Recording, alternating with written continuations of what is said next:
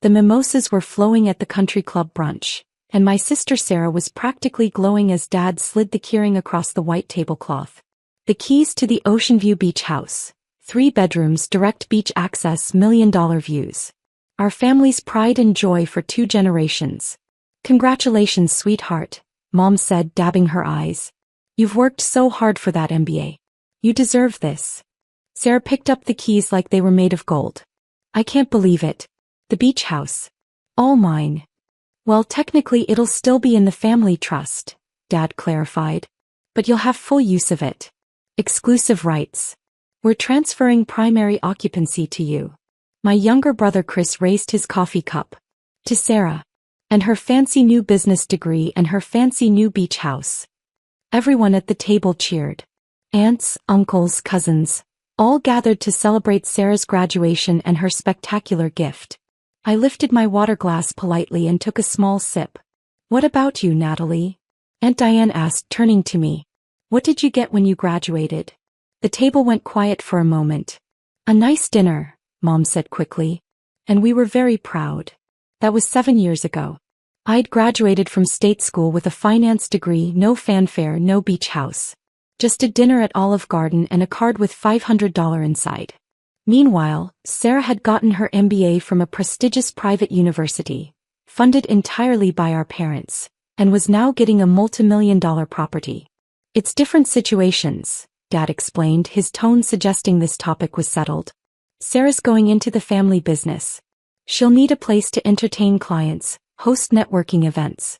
The beach house is a strategic asset for her career development. Plus, Sarah added, already scrolling through Pinterest on her phone, I'm thinking of the renovation potential. Updated kitchen, maybe expand the deck, definitely new furniture. I want to host my first client dinner party by next month. Whatever you need, honey, Mom said. We've set aside a renovation budget. The house should reflect your taste. I checked my phone under the table. 11:47 a.m. 13 minutes until the trust activated. 13 minutes until everything changed. My phone had been buzzing all morning with notifications from my attorney, my financial advisor, and the trust administrator. Everything was proceeding on schedule. Years of careful planning were about to pay off in a way my family couldn't begin to imagine. Natalie, you look distracted, Sarah said, her voice carrying that edge of superiority she'd perfected over the years. I know this might be hard for you, seeing me get something so nice. But you have to understand, I worked really hard for my degree. Not everyone puts in that kind of effort. I'd worked full-time while getting my degree, graduated summa cum laude, and built a career in investment management that had made me extremely comfortable. But Sarah had gone to school full-time on our parents' dime, gotten mediocre grades, and now had a junior position at Dad's real estate development company, a job she'd been handed, not earned. I'm happy for you, I said, meaning it. Let her have the beach house. In 13 minutes she'd understand just how happy I really was. We should talk about the moving party, Mom said, pulling out her planner. I'm thinking next Saturday. We can all help Sarah move her things in, maybe have a barbecue on the beach. I've already hired movers, Sarah said. Professional ones. I'm not having family hauling my designer furniture around. But yes to the barbecue. I want everyone to see the place once I've arranged it properly. Chris nudged me. You'll come to the moving party, right? Wouldn't miss it, I said. Dad's phone rang. He glanced at it, frowned, and excused himself from the table. Through the floor-to-ceiling windows, I could see him pacing on the terrace, his expression growing increasingly confused. Mom noticed too. I wonder what that's about. He looks concerned. My phone buzzed. A text from my attorney. Trust activation complete. All properties now under your full control. Your grandparents would be very proud.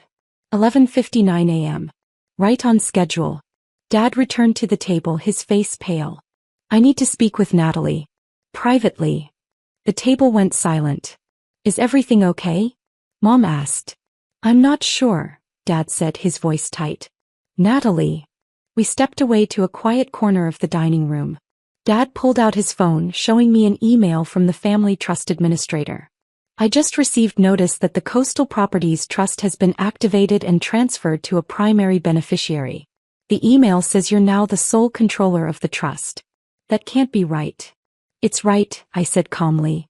But that trust was set up by your grandparents. It holds the beach house, the mountain cabin, the investment properties downtown.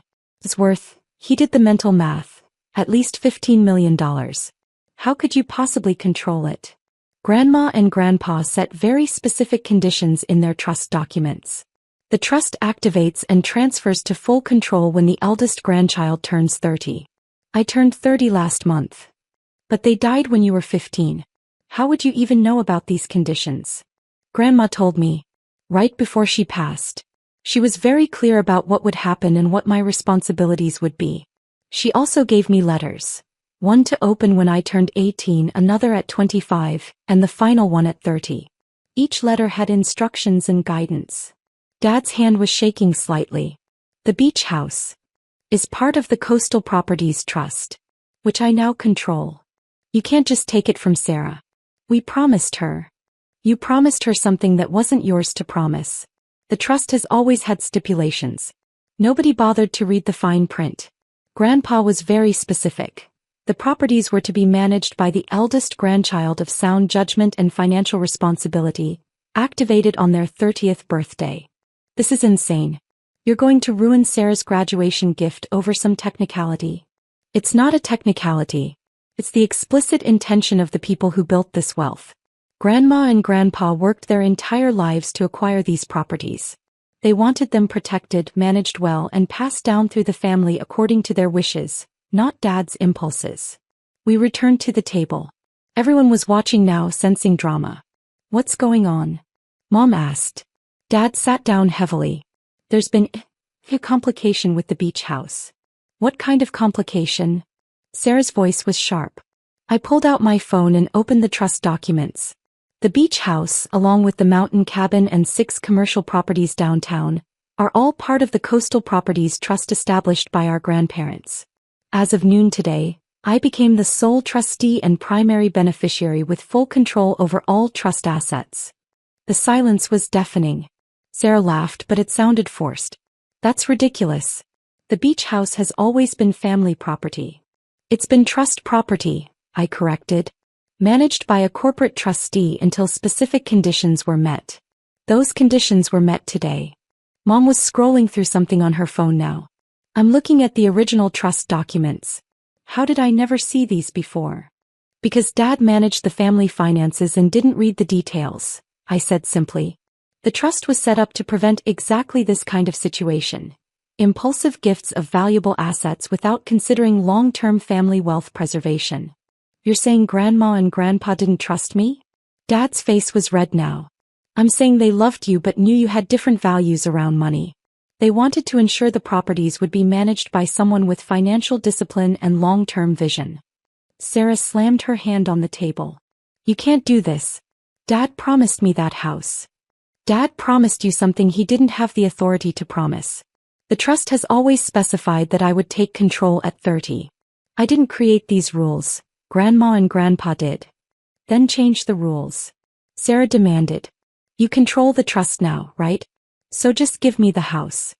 The trust has specific restrictions on how properties can be distributed. I can't just give them away. They have to be managed for the benefit of all current and future family members. That's lawyer talk for, I'm keeping everything for myself, Sarah spat. Actually, it's lawyer talk for, these properties will be maintained, rented at fair market rates, and the income will be invested for long-term family benefit.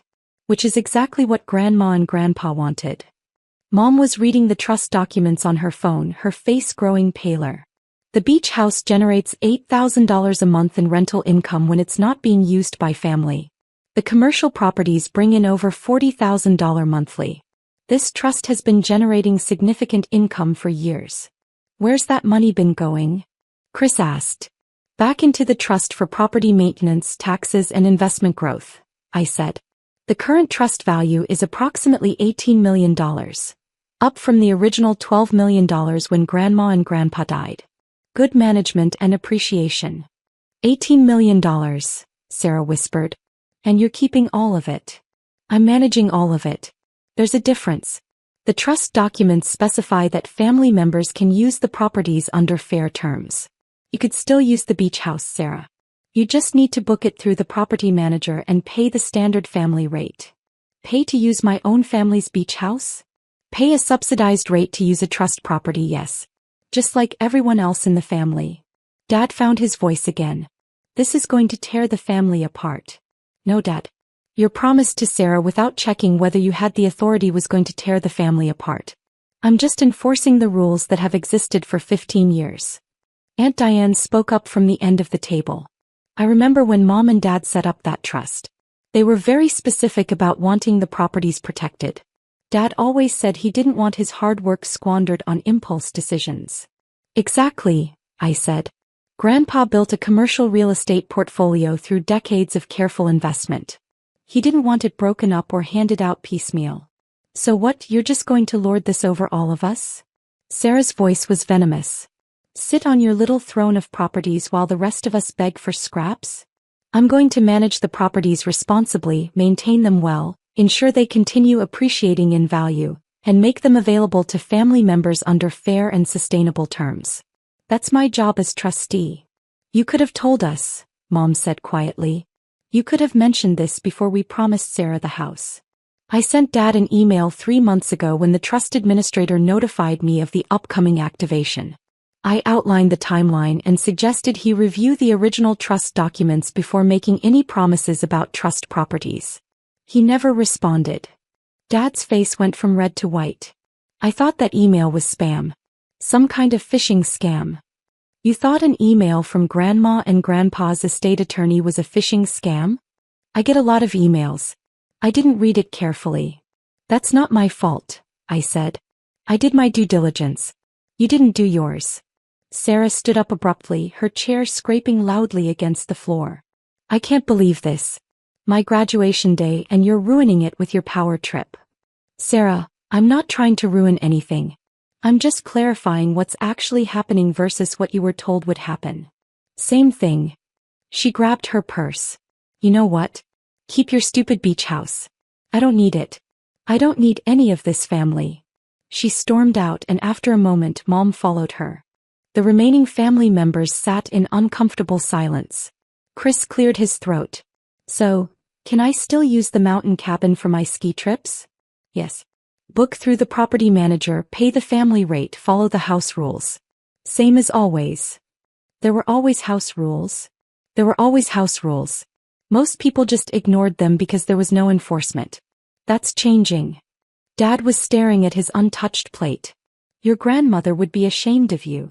Actually, Grandma's final letter to me specifically said she knew this would be difficult, but that she trusted me to stay strong and honor her wishes even when family members tried to make me feel guilty. She said you'd probably say she'd be ashamed of me. Her exact words were, "Your father will try to make you feel bad. Don't let him. You're doing the right thing." She said that. She knew you very well, Dad. Aunt Diane smiled slightly. That sounds exactly like Mom. She loved you, David, but she also knew your weaknesses. This is insane, Dad said. $15 million. $18 million, I corrected. $18 million and you're going to manage it all yourself? I have a property manager, an accountant, an attorney, and a financial advisor. I'm not doing this alone. But yes, I'm overseeing everything. It's my responsibility now. And what do you get out of this? What's your compensation for being the big important trustee? The trust documents allow the trustee to draw a reasonable management fee, 3% of annual gross income. That's about $43,000 a year currently. Plus I can use the properties under the same family terms as everyone else. $43,000 to manage $18 million in assets? Chris whistled. That's actually pretty modest. Grandma and Grandpa wanted the trustee to view this as a family service, not a cash grab. The real benefit is knowing these properties will be there for future generations. Dad pushed back from the table. I need to talk to my attorney about this. You should have them review the trust documents thoroughly. Everything is legal and ironclad. Grandma and Grandpa used the best estate attorneys in the state. After Dad left, the remaining family members looked at me with a mixture of awe, resentment, and curiosity. Uncle Tom spoke up. Can I ask you something? Why didn't you say anything before? Why let it get to this point? I tried. I sent Dad the email. I mentioned the trust activation at Thanksgiving. I even told Sarah last month that she should wait before making plans for the beach house. Nobody listened because nobody wanted to hear anything that complicated their plans. But you knew this would embarrass Sarah, Aunt Diane said gently. Sarah embarrassed herself by counting on something before confirming it was actually hers. I'm not responsible for managing her expectations. She's a 26-year-old adult with an MBA. She should know better than to assume ownership of a multi-million-dollar property without seeing actual title documents. Chris was looking at his phone now. The beach house rental income is $8,000 a month? Peak season. Off-season it's closer to $5,000. Annual average is about $75,000 after expenses. And you're just going to keep renting it out? That's what it's for. It's an investment property. When family wants to use it, they book it and the rental income is paused for that period. But yes, when it's not being used by family, it generates income for the trust. That sounds fair, Chris said. It's what Grandma and Grandpa wanted. The houses should be used properly, not as free vacation spots. My phone buzzed. The manager texted. Security codes updated, bookings fine, need guidance on the beach house. I replied, keep it on rental schedule. Family pays standard rate. No exceptions. At brunch, some relatives whispered I was right, that Grandma and Grandpa would be proud. But Sarah's hurt voice and Mom's sad eyes stayed with me as I drove back to my small townhouse, the one I bought myself. That evening Dad called. My lawyer says you're right. I can't contest it. I know. Sarah won't speak to me. She says I embarrassed her. You made a promise you couldn't keep. Mom thinks you planned this to shame us. I warned you. You ignored me. I didn't think you had this power. I saw you as the kid with a $500 check. And now I see you're the one they trusted more than me. They loved you, Dad. But they wanted someone who could protect, not waste.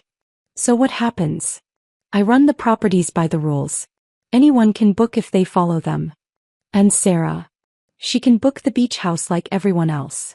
She'll never forgive you. Maybe not. But I'm here to honor Grandma and Grandpa, not win approval. Dad was silent. Then asked, what else did Grandma's letter say? That this would be hard. That family would resist. That I must protect the legacy. And stand firm. She was right about you, Dad said softly.